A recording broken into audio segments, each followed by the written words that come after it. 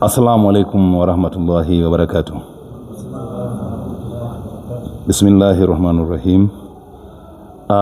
Mbele yenu nimekuja kwa ajili ya kutoa mada inayohusu amani kuelekea mwezi mtukufu wa Ramadhani.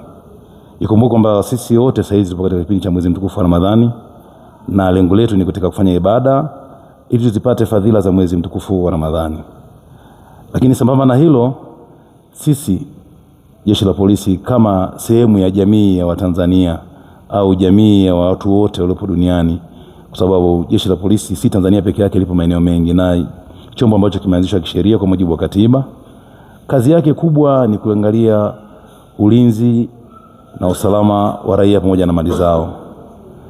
Waislamu kama sehemu ya jamii wana nafasi ya kunufaika na hali hiyo ya ulinzi na amani na usalama unaopatikana, lakini pia wao wenyewe kushiriki namna ya kufanikisha hiyo amani iweze kupatikana. Kwa hiyo leo hii nimekuja ili niweze kuwakumbusheni ndugu zangu katika imani na wale wote ambao sio katika sisi lakini wanaishi katika nchi yetu hii na wananufaika na uwepo wetu sisi wa Jeshi la Polisi, kwamba amani ni tunda ambalo linatakiwa kuenziwa na kuenziwa kwa maana ya kwamba kujengwa na kumwagiliwa, na matokeo yake ile mbadala au matokeo ya hiyo amani irejee kwetu.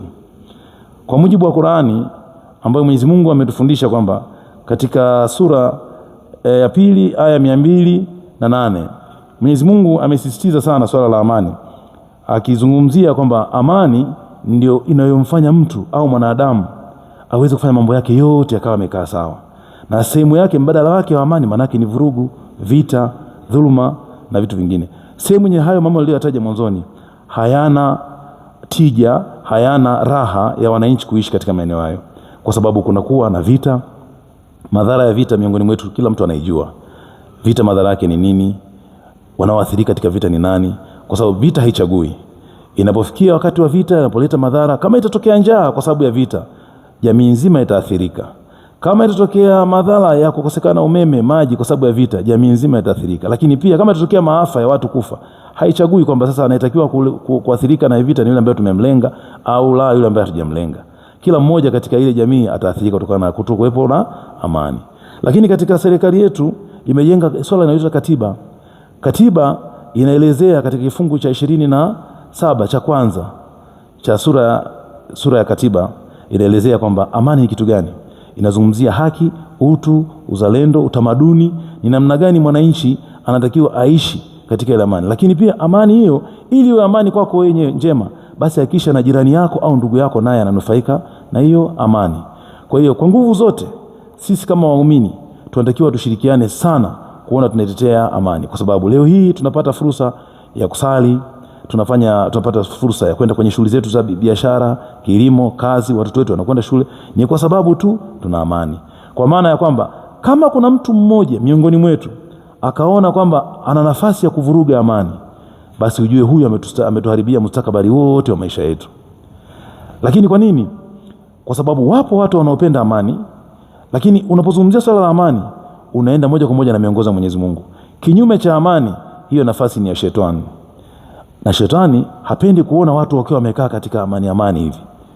Atatafuta vichokochoko, vitimbwi, fitina, ili mradi tu atachukua la huku apeleke huku, la huku apeleke kule, atafitinisha ili mradi paonekane kwamba amani haipo. Panapotokea vurugu, basi anapata nafasi kubwa sana shetani kusherehekea. Sasa kwa kipindi hiki cha mwezi mtukufu wa Ramadhani ambao sisi kwetu tunachukulia kama darasa, yale tunayoyaishi katika kipindi hiki cha mwezi wa Ramadhani ndiyo tujifunze kama chuo ili tuje kitumie baada ya Ramadhani. Utakuja kuangalia katika takwimu za kawaida kipindi hiki matukio mengi ya vurugu hakuna. Matukio mengi ya uhalifu hakuna. Yamepungua kiasi kikubwa sana. Lakini kwa nini? Ni kwa sababu tumefundishwa kwamba kipindi kama hiki shetani anakuwa amefungwa.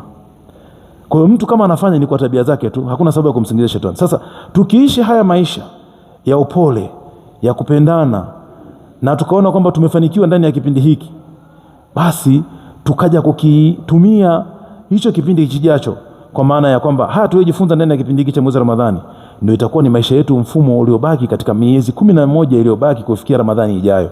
Kwa namna hiyo tutakuwa tumepata radhi za Mwenyezi Mungu, na Mwenyezi Mungu akiridhia basi ahadi yake sisi ni miongoni mwa watu wa peponi. Kinyume chake, kama wewe unafanya ndivyo isivyo, ukasababisha miongoni mwa matendo mabaya, ukawa ni mwenye kupiga watu, kutukana watu, kudhulumu watu, kuaibia watu, hivi vitu vyote vinamkasirisha Mwenyezi Mungu, na matokeo yake ameahidi kwamba wenye kuelekea katika vitendo vinavyomuasi Mwenyezi Mungu mafikio yao ni motoni, na moto ambao ni mkali sana, ambao mfano wake hauna. Kama chembe ndogo tu ya moto kutoka kwenye shimo la moto Jahannam ikaja kadondokea katika ardhi, kipande hicho kidogo sana cha mithili ya mdudu wa labda ukubwa wa sisimizi, ile eneo kwanza litaathirika kiasi kwamba hawezi kuota chochote kwa miaka kadhaa ijayo mingi sana.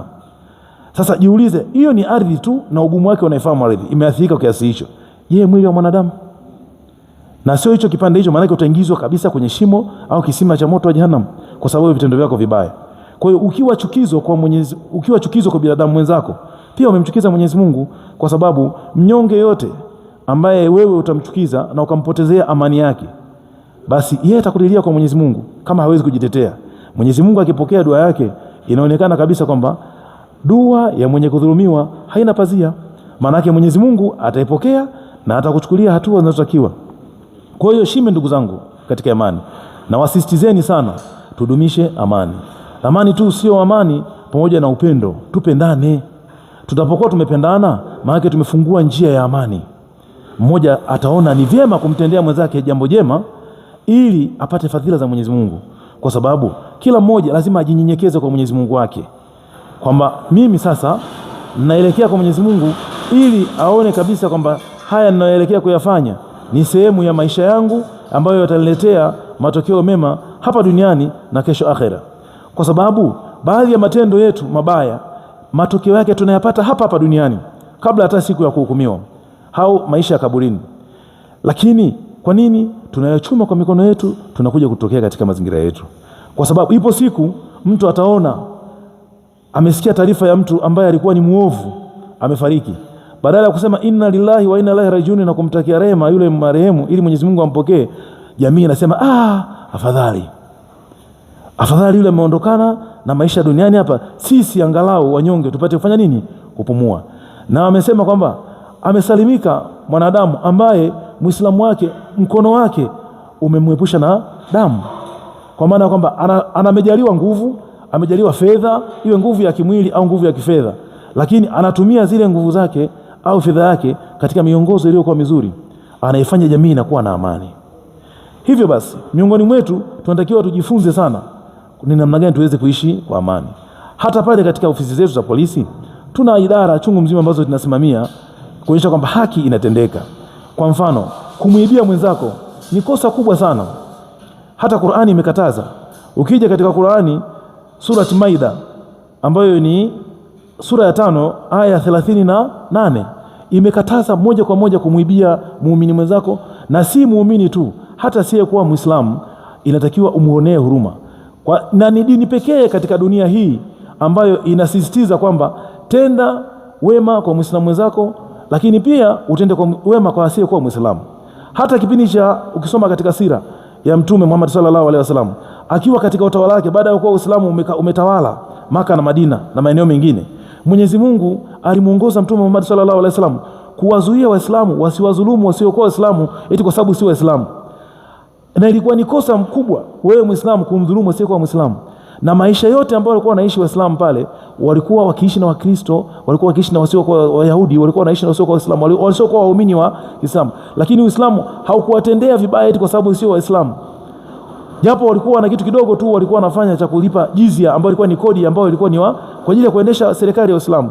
Lakini walikuwa wanatakiwa kufanya haki kwa wasiokuwa Waislamu na waliokuwa Waislamu. Kwa hiyo na maana ukija kuangalia kwa kiwango kikubwa sana Uislamu umesisitiza haki miongoni mwa watu wasio kwa Waislamu. Lengo ni kutafuta amani, na kwa kuzingatia misingi hiyo waliishi kwa amani kabisa.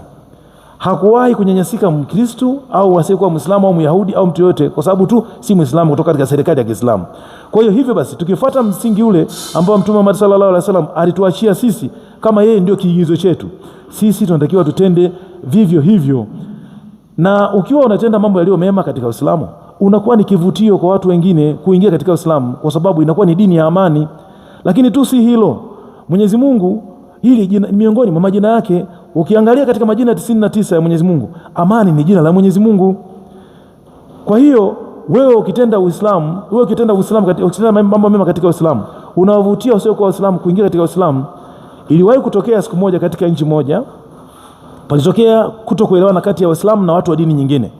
Wakati sisi watu wa vitengo vyetu vya polisi tunafanya kazi, kunakuwa na mahojiano, akashikwa Muislamu mmoja akawa anahojiwa miongoni mwa jopo la wasio kwa Waislamu, na walikuwepo Waislamu wengine, lakini watu wa serikali wanamhoji kwa nini vurugu zimetokea. Sasa zilikuwa ni katika mazingira ya kupigania watu waingie katika Uislamu, wengine waende katika mnale. Yule kiongozi mmoja akamuuliza yule mtu Muislamu, wakati huo alikuwa ni mtuhumiwa, akauliza, je, wewe unao uwezo wa kuwashawishi kumfanya mtu asiyekuwa Muislamu kuingia katika Uislamu, aidha awe Mkristo au mtu yote? Yule mtu akajibu kwa shauku kubwa, akasema ndio naweza. Kile kitendo cha kujibu akajenga tension au makini wa wale waliokuwa wanamhoji, kwamba sasa hapa tunataka tujue kwamba je, tutamlazimisha mtu aingie katika Uislamu kwa mapanga, kwa kumlazimisha kumfanyia vurugu, kufanya nini? Basi kila mmoja ameshika kalamu na karatasi, anataka kuandika kile ambacho kitatamkwa na yule muumini wa Kiislamu ambaye kwa wakati huo ni mtuhumiwa. Akamwambia, ni kwa namna gani? Akasema ni jambo rahisi sana, kwa tabia njema tu. Uislamu umesisitiza tabia njema. Kwa kufanya kwangu mimi tabia njema, nitamshawishi aliyekuwa si katika Uislamu kuingia katika Uislamu. Miongoni mwa tabia njema ni kudumisha amani. Kila mmoja pale akashika, yani akadondosha kalamu, kwa maana kwamba alijua ataongea vitu vikubwa sana. Lakini tunapata picha kwamba kumbe tabia njema ndio msingi wa Uislamu. Nijiveshe joho la tabia njema ili niweze kuwavutia watu wengine wafate Uislamu, wakijua kwamba Uislamu ndio dini ya amani.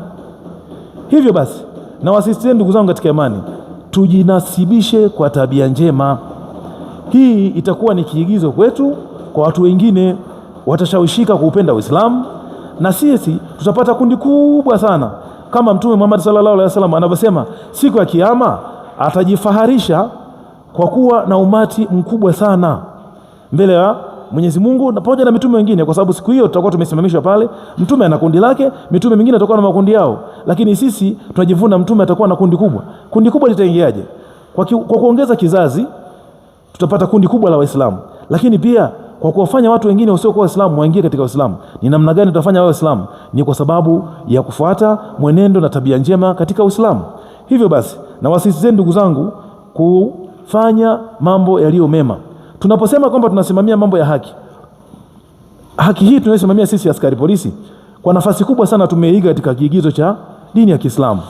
Mfano, tunapozungumzia kama nimesema swala la wizi, swala la upatanisho ambalo unalipata katika surati Hujurat aya ya 9, ambayo inasema ni sura 49 aya ya 9, inasisitiza watu kupatanisha.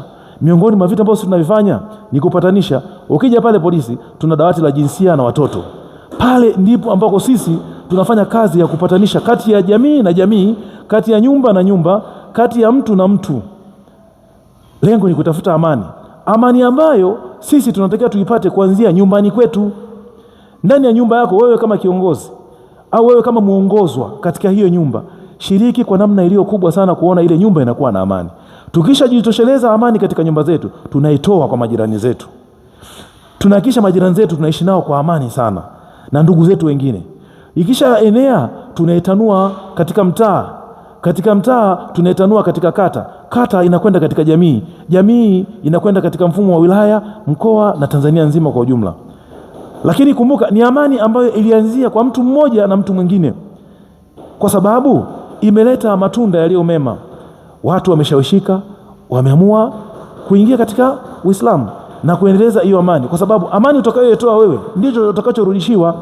Ukiwa jeuri, ukiwa katili, wale watu unaofanyia ukatili wanatafuta namna ya kujitetea. Huenda watakapojitetea watakuletea wewe madhara. Na ndio maana hata katika Uislamu imekatazwa kupigana kusikokuwa kwa dini au kupigania haki. Hatutaki kuwa wanyonge, tuache tunadhulumiwa. Hapana, tupiganie haki yetu katika misingi ya kisheria, kwa sababu Uislamu umeeleza ni namna gani upiganie haki yako. Lakini pia hata sheria ambazo tunazo, usiwe ni mtu wa kujichukulia sheria mkononi. Kama umekutana na mwizi, umeamua wewe kujichukulia sheria mkononi, unampiga bila sababu. Lakini je, ungemleta katika vyombo vya sheria?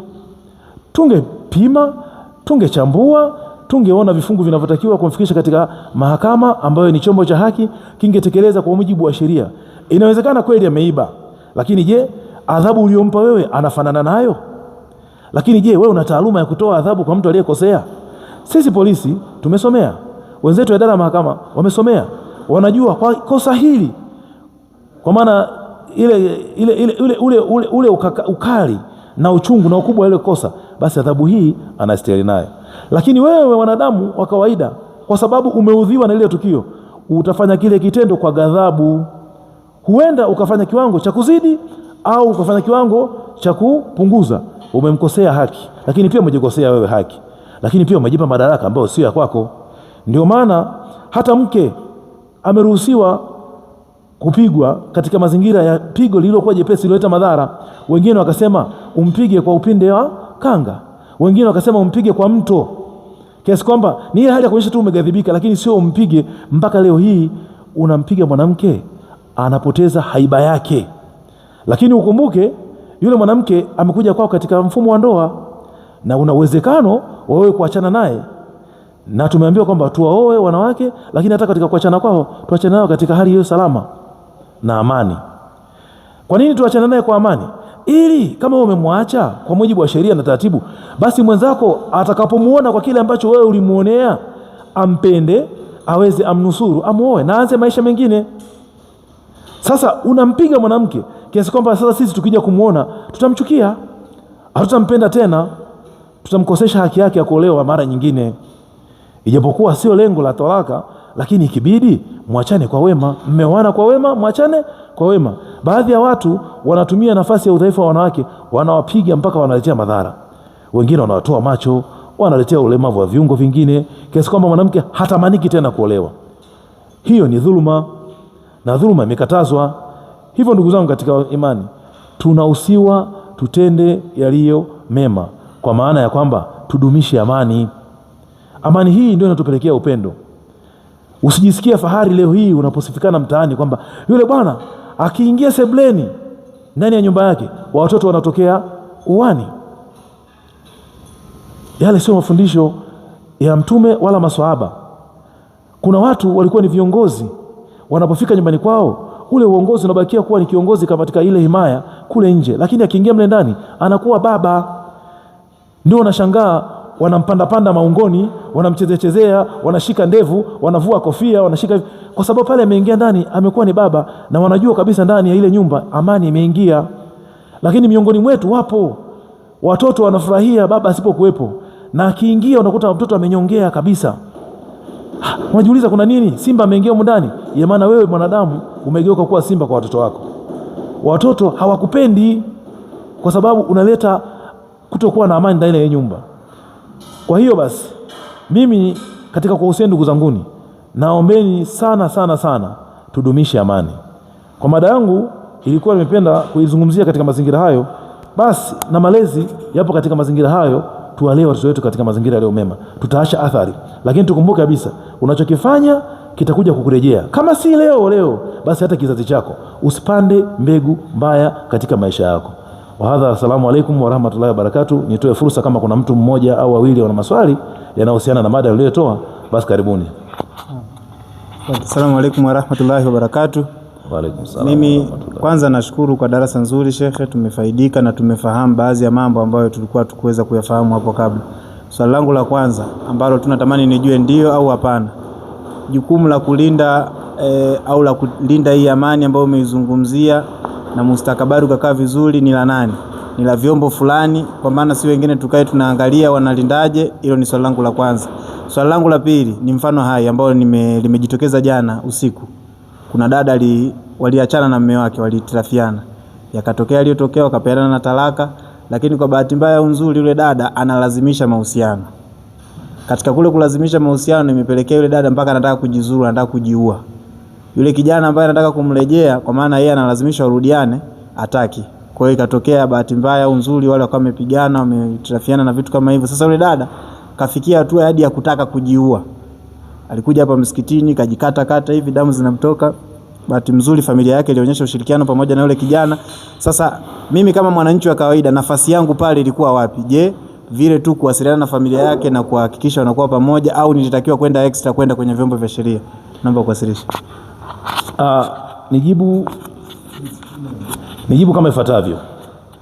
Jukumu la amani katika nchi yetu ni la kila mwananchi. Kila mmoja anatakiwa kushiriki.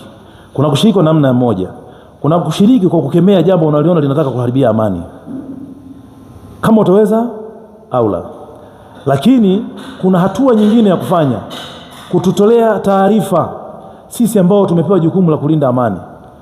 Lakini endelea kusema kwamba sisi polisi kama polisi peke yetu hatuwezi kufanya nchi hii ikawa na amani bila kupata msaada wa jamii ambayo inatuzunguka, ambao ni wananchi. Kwa hiyo basi, kwa tukio kama hilo hapo, baada ya kuona nyinyi mmeweza kulitatua katika level yenu mkashindwa, sisi tunayo nafasi ya kulipokea. Tuna vitengo pale vya makosa ya jinai, kuna vitengo pale vya dawati la jinsia, vyote hivi vinashughulika na hizo kadhia kama hizo. Kwa hiyo jambo hili likifika pale, kwanza tunalipokea, tunalikabidhi kwenye dawati la jinsia. Wanashauriwa, kuna watu pale ambao ni wabobezi wa mambo ya saikolojia na ni wataalamu wa kushauri, watasikiliza pande zote mbili, watapatanisha. Baada ya hapo, tukiona tumeshindwa au kuna jinai ambayo imekithiri, tunakabidhi watu wa vitengo vya upelelezi wa makosa ya jinai mkubwa, au la kuna upelelezi mdogo pale, wao wataziprocess kwa ajili ya kwenda mahakamani ambako inaenda kutafsiriwa sheria vizuri.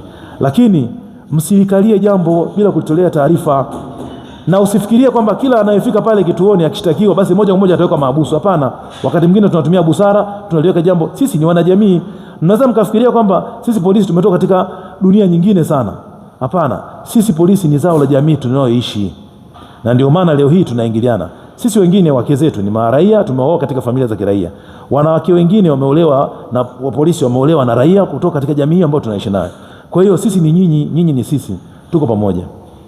Swali la pili. Naam, swali langu mimi kwanza nashukuru kwa mada.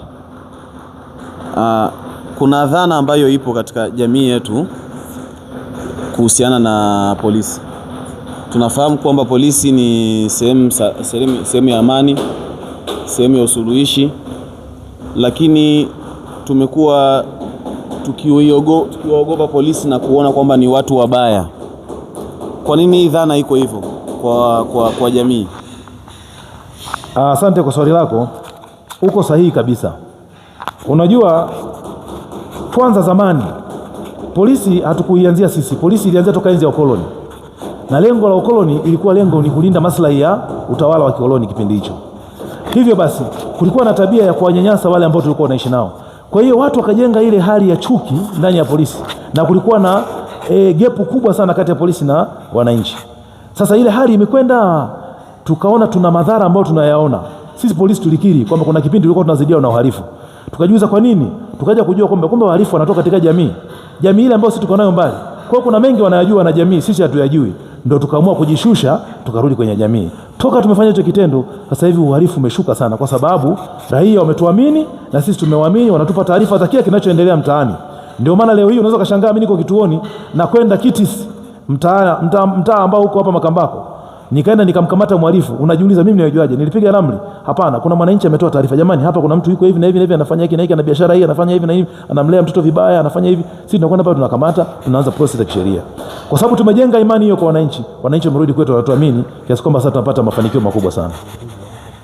Labda kama kuna mtu mwingine ana swali. Asalamu alaykum wa rahmatullahi wa barakatuh. Wa alaykum salaam wa rahmatullahi wa barakatuh. Kama ulivyosema, kuna ujirani mkubwa kati ya polisi na raia. Ndio.